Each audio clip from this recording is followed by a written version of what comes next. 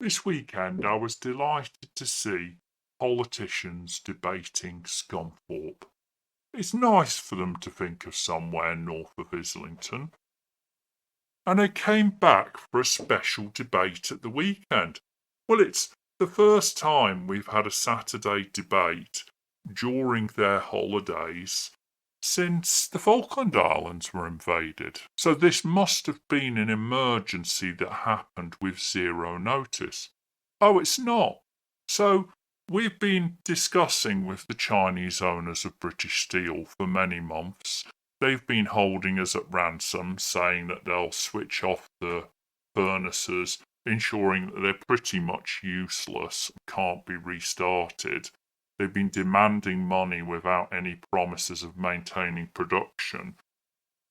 But we waited until everyone went on holiday, and presumably the Speaker wasn't doing one of his fact finding tours, and suddenly we have to call everyone back. The Theatre of Parliament, a unique event.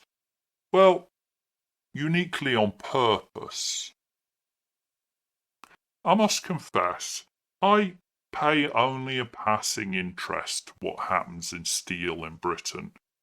I do believe that it's imperative we maintain steel, not just because we basically invented the modern process, we started the Industrial Revolution with iron and steel production, and we not so long ago, in living memory for some, not me, had immense production capacity.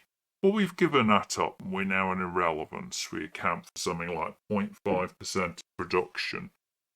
But we, with that 0.5, have to make sure that our production's as green as possible.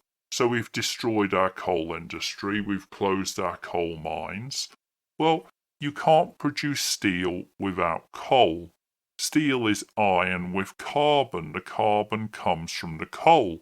Anyone wanting steel also wants coal. But the problem is our governments don't want coal. By not wanting coal, they don't want steel. But actually, what that decision means is they still have steel. We're not going to build our ships out of wood. We're not going to build our cars out of glass. We're not going to build the internal components of a device you're watching or listening this to using toilet roll. We're not going to make that toilet roll holder out of pottery. No, we're going to use steel. We're just not going to make it.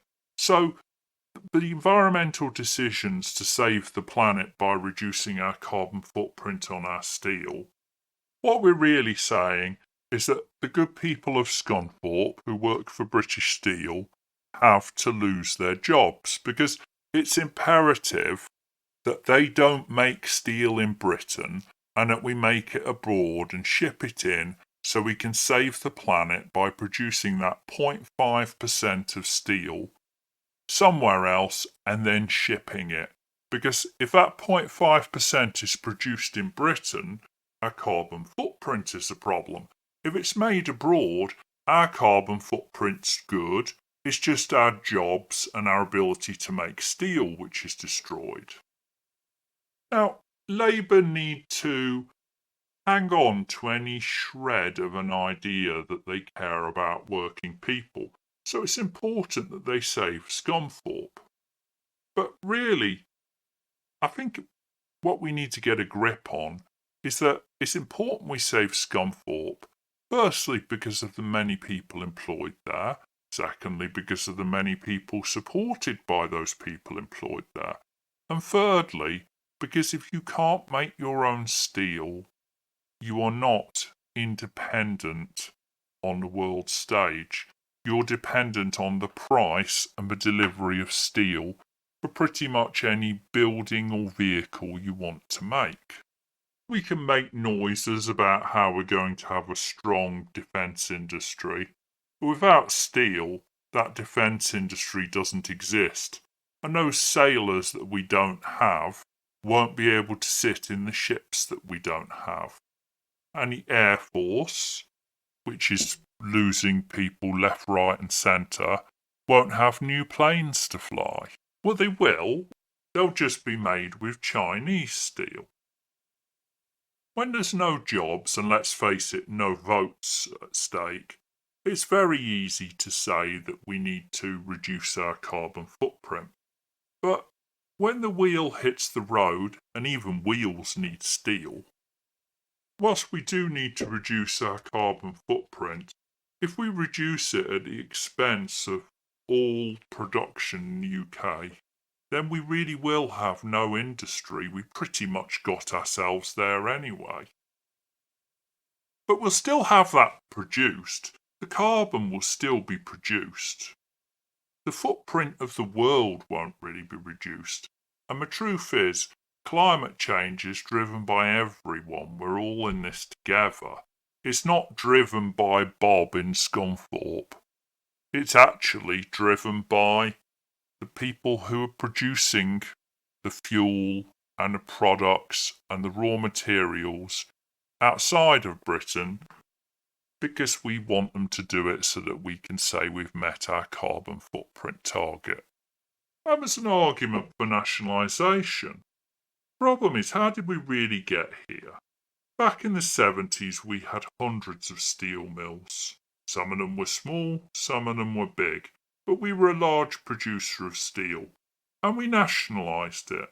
And during the course of nationalisation, we destroyed our steel industry. We made it so small, it wasn't really relevant and it couldn't produce at a competitive cost. And maybe that would have happened anyway. But then we privatised it.